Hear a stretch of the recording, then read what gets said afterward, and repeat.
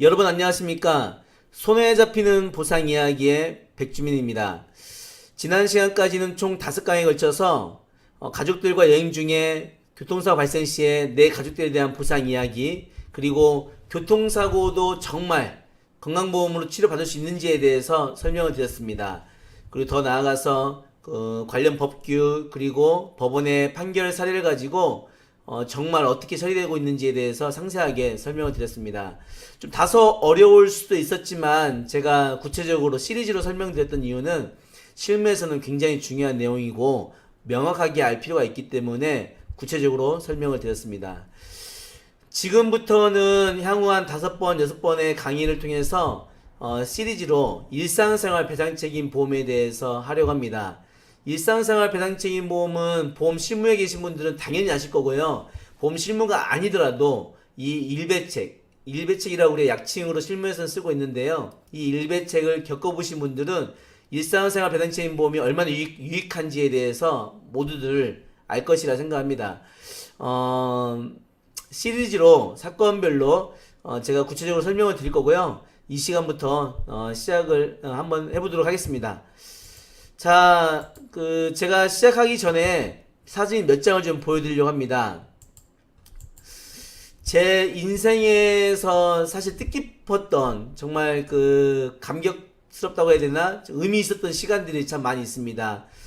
손해등사를 시험에 합격했던 날, 그리고 박사학위를 받았던 날 쭉 있는데요. 그 중에 뭐 베스트 오브 베스트가 아닌가 싶습니다. 사실은 제가 살면서 이렇게 상을 받거나 어느 단체에서 이렇게 인정받았던 기억이 별로 없다 보니까 그런 기억이 별로 없었었는데 경찰 교육원에서 한 7년 정도 강의를 하면서 한 3년 차에 전체 교육생들, 경찰관들의 그 교육생들의 그 평가에 제가 1등을 받게 돼서 베스트 외래 강사 상을 받게 됐습니다. 가운데 계신 분은 이제 경찰 교육 원장님이셨고요. 저는 이제 외래 강사들 중에 베스트 강사상을 받게 된 거고, 우측에 계신 분은 경찰관분들 중에 베스트 상을 받게 됩니다. 그래서 1년에 상반기 하반기 구분해서 외래 교수들 중에 베스트 강사, 또 내부 강사들 중에 베스트 강사 이렇게 뽑아서 상을 주는데 제가 당당히 베스트 강사 상을 받게 돼서 큰 영광이 됐던 날이었습니다. 외래 강사분들이 저도 나중에 이제 듣고 알았는데요. 한 200분 정도 된다는 것 같아요. 전국에 날고 기시는 정말 전문가들 강사분들이 200분쯤 되시는데 그 200분들 사이에서 경찰관분들의 평가로 전체 만족도 1등을 받았다는 것은 참 저한테는 뜻깊었던 날이었고 큰 상이었습니다. 예, 우측에 계신 분은 당시 교통학과의 학과장님이셨던 박종범 교수님. 저에게는 참 은인이시죠. 있는 동안에 참 많이 챙겨주시고 도와주셨던 교수님이십니다. 감사장 손해등사 백주민 2014년도 하반기 경찰교육원 베스트 외래 강사 선발되어 감사장을 받게 됐습니다. 제가 이제 강의를 시작하기 전에 사진을 보여주셨던 이유는 이런 겁니다. 경찰교육원에서 통상 강의를 하게 되면 3시간 강의를 하게 되거든요. 근데 3시간 강의 중에 첫째 시간, 둘째 시간은 교통사고에 대한 거, 뭐 음주운전, 무면허 운전, 뺑소니사고 이런 것들을 주로 합니다. 그렇지만 마지막 3번째 시간에는 항상 일상생활 배상책임 보험에 대해서 강의를 하는데요. 이 강의를 듣고 나면 경찰관분들이 굉장히 좋아하세요. 야, 보험이 이렇게까지 유익할 수 있느냐, 그리고 이렇게까지 보상을 해주는지 몰랐고 이렇게 우리 삶에 유익한지 몰랐다 하면서 굉장히 감탄을 많이 하셨고, 또 제가 전체 200명의 외래 교수들 중에 전체 평가 1등을 받을 수 있었던 것도 이 일상생활 배상책임 보험에 대한 강의 때문이 아니었나 생각합니다. 그래서 이 감사장 받았던 사진을 좀 보여주면서 지금부터 일상생활 배상책임 보험에 대해서 강의를 하려고 합니다.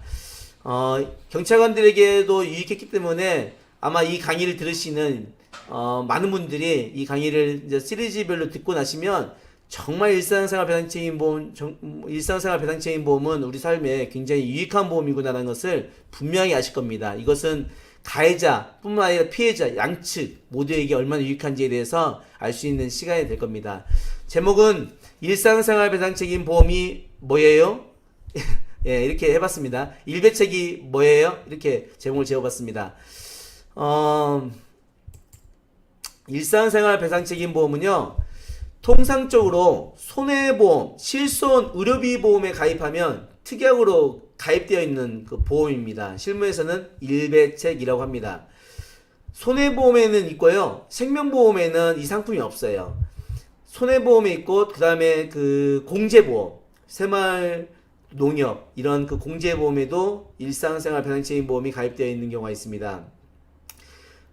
통상 실손보험에도 있고, 뭐, 운전자 보험에도 가입될 수 있고요. 이거, 운전자 보험 등 이런 상품들이 다 가입되어 있는데, 그, 일상생활 배상책임 보험은 정확히 얘기하면 보험이라고 하긴 그렇고, 어느 보험 안에 들어가 있는 특약이라고 보시면 되겠습니다. 담보 특약이라고 보시면 되겠습니다. 실손보험이 20, 30대가 80%, 그리고 40, 50대가 70% 이상이 가입되어 있어요.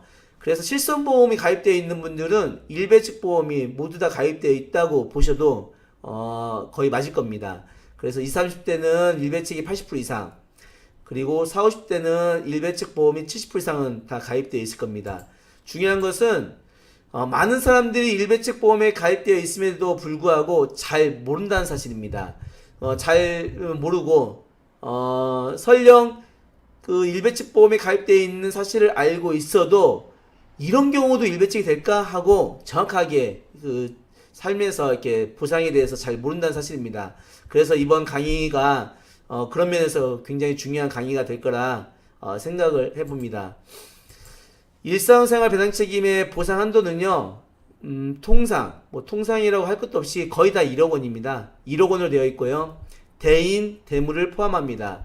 우리 그 자동차 보험에 보면 자동차, 대인, 무한, 대물은 뭐 1억, 2억 그렇죠. 이렇게 구분되어 있는데 일상생활 배상책임 보험은 한도가 1억으로 되어 있고요. 보상 범위는 피보험자는 보험 가입한 본인과 배우자 그리고 만 13세 이하 자녀로 되어 있습니다.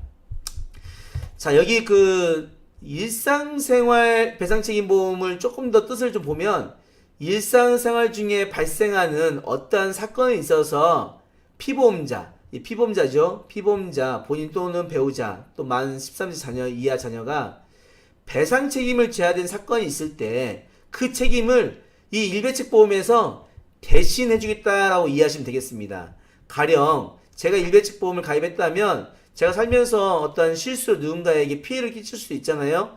그래서 누군가에게 배상 책임을 져야 되는 경우가 생긴다면 그 책임을 이 보험에서 대신 해주겠다는 겁니다. 그 한도가 상대, 대인에 대해서는 대인과 대물이 합쳐서 1억 원 한도로 보상을 해준다는 겁니다. 자, 통상 만 13세 이하 자녀의 경우는 그 자녀가, 그 부모가 민법상 그 자녀에 대한 그 책임을 같이 지게 되어 있습니다. 그래서 일배책 보험에 가입하면 피보험자는 남편이 가입하면 배우자, 또 배우자 가입하면 부인이 가입하면 그 남편이 되겠죠. 부부는 한 명만 가입을 해도 부부 두 명 모두 피보험자 되는 건데요. 만 13세 이하의 자녀는 부모가 그 책임을 같이 지기 때문에 부모가 가입한 보험에서 이 배상책임 보험에서 같이 처리가 됩니다. 일배책을 부모도 가입하지만 또 자녀도 가입할 수 있습니다. 만 13세 이하의 자녀가 가입한 경우에는 한도가 높아지는 거죠. 자녀 1억, 부모 1억이 있다. 그러면 한도가 2억이 될 수 있는 거고요. 또 부부가 같이 가입된 경우도 꽤 있습니다. 이 경우에는 한도가 또 2억 원으로 이렇게 늘어나게 됩니다. 그럼 제가 만 13세 이하 자녀는 이 부모 보험에서 된다고 말씀드리면 만 13세 이상은 어떻게 됩니까? 예를 들어서 내 아들은 고등학생이고 뭐 현재 지금